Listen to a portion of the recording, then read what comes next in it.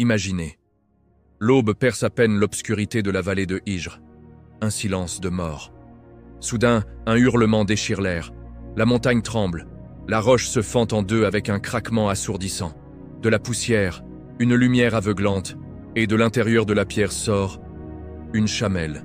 Une chamelle gigantesque, majestueuse, surnaturelle. Les hommes reculent, terrifiés. L'un d'eux murmure, la voix brisée. « C'est le miracle de Salih !» Mais ce miracle n'était pas une bénédiction pour tous. Pour certains, il fut le début de la fin. Comment une nation aussi puissante a-t-elle pu disparaître en 3 jours? Et pourquoi cette chamelle était-elle la dernière chance qu'Allah leur offrait? Accrochez-vous. L'histoire de la chamelle de Salih commence maintenant. La poussière retombe lentement sur la vallée de Hijr. Les survivants, encore tremblants, regardent derrière eux une dernière fois les ruines de Had. Le vent porte l'odeur de la destruction. Mais au milieu des décombres, un petit groupe avance. Ceux qui ont cru. Ceux qui ont écouté Hud alayhi salam. Allah les a épargnés. Ils marchent des jours, des semaines. Le soleil brûle leur peau. Le sable entre dans leurs sandales, comme un rappel constant. Pourtant, dans leur cœur, une certitude. Allah ne les abandonnera pas. Après un long et épuisant voyage à travers les déserts arides et les cols escarpés de Najd et du Hijaz, ils découvrent enfin un lieu qui semble sorti d'un rêve. Al-Oula, des sources jaillissent de la roche. Des palmiers lourds de dattes ondulent sous la brise. La terre est fertile. L'eau ne manque jamais. Ici, ils s'installent. Ils construisent. Ils se multiplient. Leurs enfants naissent forts, grands, robustes. Les générations se succèdent. Et de ce petit groupe de croyants naît une nouvelle nation, la nation de Thamud. Une nation que le Coran décrit comme dotée d'une force physique hors du commun. Des corps taillés dans le roc, des mains capables de sculpter la montagne elle-même. Allah leur a tout donné, la puissance, l'intelligence, la beauté des paysages, la maîtrise de la pierre. Ils ne construisent pas de simples maisons. Ils taillent des palais entiers dans les falaises. Des colonnes parfaites, des façades ornées de motifs qui défient le temps. Des villes troglodytes si impressionnantes que même aujourd'hui, des millénaires plus tard, les voyageurs s'arrêtent, bouche bée. Ils règnent sur des vallées luxuriantes, des jardins suspendus, des marchés bruyants où l'or et les épices circulent. La nuit, des torches illuminent les rues taillées dans la pierre. On dirait une civilisation invincible. Mais quand l'homme oublie d'où vient tout cela, le danger commence. La gratitude s'efface, le cœur se durcit et le murmure s'élève. Tout ceci, c'est nous qui l'avons fait. Et si ce peuple si puissant avait déjà signé son propre arrêt de mort, sans même s'en rendre compte? Si cette histoire vous touche, laissez un like pour honorer la vérité du Coran, abonnez-vous pour ne manquer aucune légende islamique. Partagez-la avec quelqu'un qui a besoin de se rappeler la puissance d'Allah. Et dans les commentaires, écrivez simplement « Subhanallah ». Il donne et il reprend. Les falaises de Hijr se dressent comme des géants silencieux. Le soleil frappe la pierre rougeoyante. Partout, des palais taillés à même la roche. Des colonnes si droites qu'elles semblent défier la gravité. Des portes sculptées de motifs entrelacés, si fins que l'œil peine à les suivre. Thamud n'était pas un peuple ordinaire. Allah leur avait accordé une force que les autres nations n'avaient jamais connue. Ils soulevaient des blocs de plusieurs tonnes, comme s'il s'agissait de cailloux. Ils creusaient des cités entières dans le ventre des montagnes. Des salles immenses où l'écho de leurs pas résonnait comme un chant lointain. Leur marché bruissait de vie. Les marchands criaient leurs offres. L'or scintillait sous les torches, les dattes gorgées de miel embaumaient de l'air. Les jardins descendaient en terrasses verdoyantes jusqu'au fond des vallées. L'eau coulait en permanence des sources cachées. Ils se regardaient dans les yeux et disaient « Regardez ce que nous avons bâti. Et aucun peuple avant nous n'a fait cela. Nous sommes les maîtres de la pierre et de notre destin. » Leur orgueil grandissait comme une ombre. Ils oubliaient que chaque goutte d'eau venait d'Allah, que chaque veine de roche avait été placée là par sa volonté, que leur force n'était qu'un prêt. Bientôt, les idoles apparurent, des statues taillées dans la même pierre qu'ils vénéraient tant. Ils s'agenouillaient devant elles. Ils leur offraient des sacrifices. Ils murmuraient des prières à des mains qu'ils avaient eux-mêmes sculptées. Le shirk s'installa doucement, comme un poison lent. Leurs cœurs se durcirent, Leurs yeux devinrent aveugles aux signes évidents. Et au milieu de cette splendeur arrogante, un homme différent naquit. Dans une famille modeste, au cœur d'une de ces cités troglodytes. Un enfant au regard profond, à la voix calme. Dès son plus jeune âge, les anciens le remarquaient. Ce garçon n'est pas comme les autres. Il y a une lumière en lui. Il grandit loin des fêtes bruyantes, loin des compétitions de force. Il préférait s'isoler sur les hauteurs, face au désert, et murmurer des invocations. Puis vint cette nuit où tout changea. Une lumière intérieure l'envahit. Une parole divine descendit dans son cœur. Salih alayhi salam venait d'être choisi. Le lendemain, il descendit parmi les siens. Il gravit une petite éminence. Et d'une voix ferme, mais empreinte de tristesse, il lança « Ô mon peuple, adorez Allah seul. Il n'y a de divinité que lui. Il vous a donné cette force, cette terre, cette eau. Alors pourquoi lui associez-vous des associés ?» Un rire éclata. Un rire moqueur, rauque, qui se propagea comme une vague. Les chefs se levèrent. « Salih, toi qui étais notre frère, notre ami, aujourd'hui tu nous interdis ce que nos pères ont toujours fait ?» Ils le fixèrent avec mépris. « Si tu es vraiment un messager, prouve-le. Montre-nous un signe. Fais sortir de cette roche une chamelle vivante, alors peut-être te croirons-nous. » Salih leva les yeux vers le ciel. Un silence tomba sur la vallée. Le vent s'arrêta. Allait-il vraiment oser invoquer ce miracle? Et si la chamelle sortait, que se passerait-il ensuite? Si cette plongée dans l'orgueil de Tamud vous secoue, mettez un like pour rappeler que toute puissance vient d'Allah. Abonnez-vous pour ne rater aucune de ces histoires qui font trembler le cœur. Partagez avec quelqu'un qui a besoin de ce rappel. Et dans les commentaires, écrivez « Allah seul mérite l'adoration ». La foule se resserre autour de la grande falaise. Des centaines d'yeux fixés sur Salih. Les chefs croisent les bras, un sourire narquois aux lèvres. « Vas-y Salih, montre-nous ton Dieu ». Salih ferme les yeux un instant. Le vent s'arrête net. Un silence oppressant enveloppe la vallée entière. Même les oiseaux cessent de chanter. Il lève les mains vers le ciel. Sa voix, calme mais puissante, perce le vide. Ô mon Seigneur, tu es témoin. Fais apparaître le signe qu'ils ont demandé. Montre-leur ta puissance. Un grondement sourd monte de la terre. La roche vibre sous leurs pieds. Des fissures apparaissent, fines comme des cheveux. Puis elles s'élargissent. La montagne gémit. Un craquement assourdissant déchire l'air. La falaise se fend en deux. Une lumière aveuglante jaillit de l'intérieur. La poussière tourbillonne. Et de cette faille sort une chamelle. Pas n'importe quelle chamelle. Une créature immense.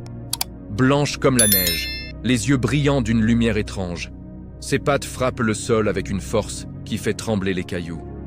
Elle se dresse, majestueuse, imposante. Une présence qui impose le silence à toute la vallée. Les hommes reculent instinctivement. Certains tombent à genoux. D'autres murmurent, terrifiés. C'est impossible. Le Coran l'appelle Naqatullah, la chamelle d'Allah. Un signe clair. Une ayar vivante. Mais le miracle ne s'arrête pas là. Chaque jour, la chamelle se dirige vers le puits principal de la vallée. Elle boit, et boit, et boit encore. Tout le réservoir se vide sous leurs yeux. Le puits devient sec en quelques minutes. La panique monte. Notre eau, elle nous vole notre eau. Pourtant, le lendemain matin, miracle sur miracle, la chamelle se place près du puits. Elle se met à traire elle-même. Un flot de lait blanc abondant coule sans fin. Assez pour nourrir tous les enfants, tous les vieillards, tous les animaux de la tribu. Jour après jour, Salih S.A. avance alors et déclare une voix grave. Cette chamelle est un signe pour vous. Un jour, elle boira seule. Le lendemain, vous boirez tous. Respectez cet équilibre, ne lui faites aucun mal. C'est l'épreuve qu'Allah vous envoie. Certains baissent la tête, touchés.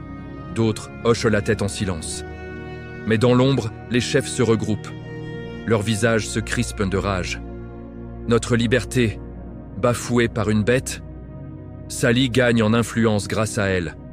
Si nous ne faisons rien, tout le peuple va le suivre. Une femme riche, influente, se lève. Ses yeux brillent de haine. Celui qui tuera cette chamelle aura ma fille en mariage, et la moitié de mes biens. Les jeunes guerriers s'agitent, les regards se croisent, un pacte silencieux se scelle. la nuit tombe sur la vallée. La chamelle, repue, retourne lentement vers son coin de rocher. Dans l'obscurité, des ombres la suivent. Des arcs se tendent. Des lames scintillent sous la lune. Allait-il vraiment oser? Allait-il verser le sang de la chamelle d'Allah? Si ce moment de bascule vous glace le sang, mettez un like pour soutenir ce rappel divin. Abonnez-vous pour plonger plus profond dans ces histoires qui secouent l'âme. Partagez avec un frère ou une sœur qui a besoin de ce message. Et dans les commentaires, écrivez « Oh Allah, protège-nous de l'orgueil et de l'aveuglement ». La lune éclaire faiblement la vallée. La chamelle avance lentement, le pas lourd après avoir bu tout son soul. Son ombre immense glisse sur les rochers. Elle ne se doute de rien. Dans l'obscurité, 9 silhouettes se détachent. Des jeunes guerriers, visages masqués par des foulards, les arcs bandés, les lances prêtes. Le pacte est clair. Tuer la bête et gagner gloire, richesse, pouvoir.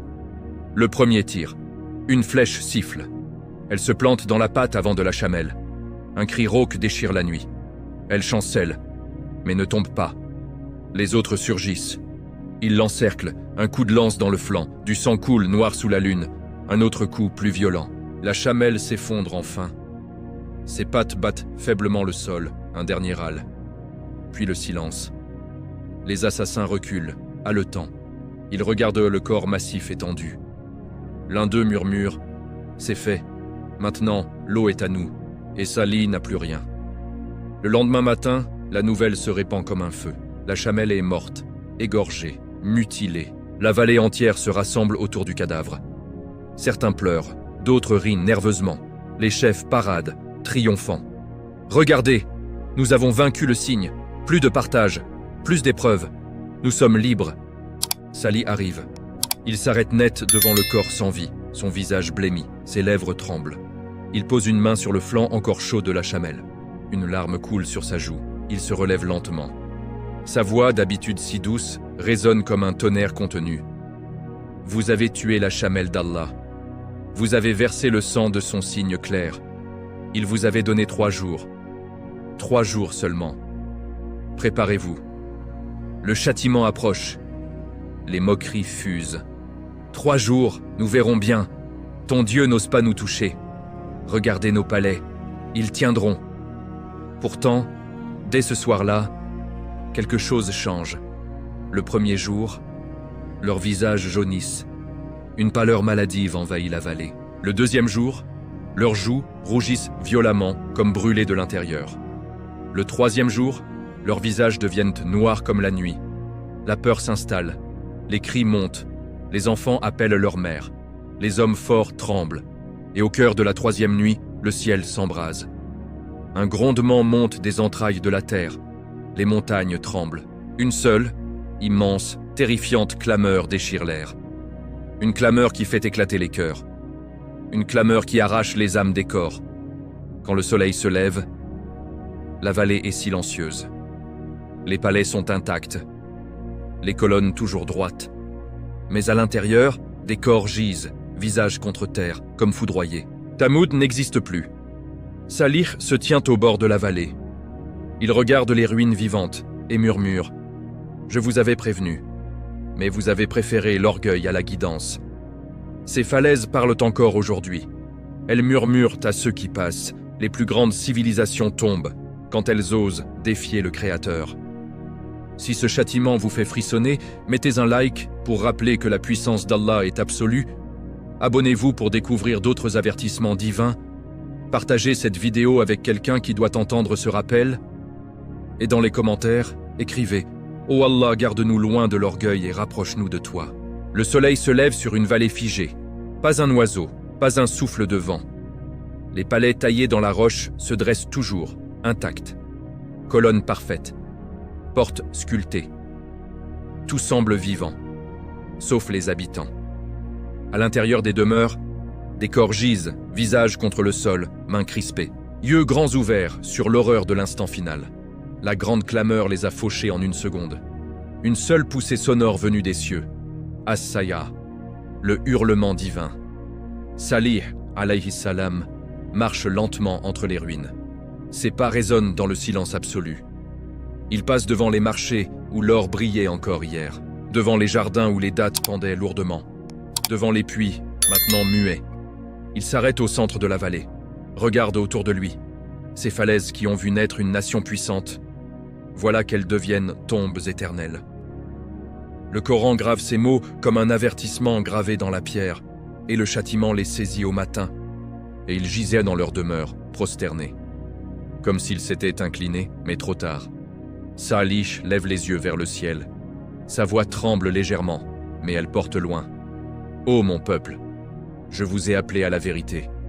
Je vous ai montré le signe le plus clair, mais vous avez préféré votre orgueil, votre force, vos idoles de pierre, et maintenant, regardez ce que votre force vous a valu. » Il se tourne vers les survivants, ceux qui avaient cru en lui, une poignée d'âmes épargnées, tremblantes, mais vivantes.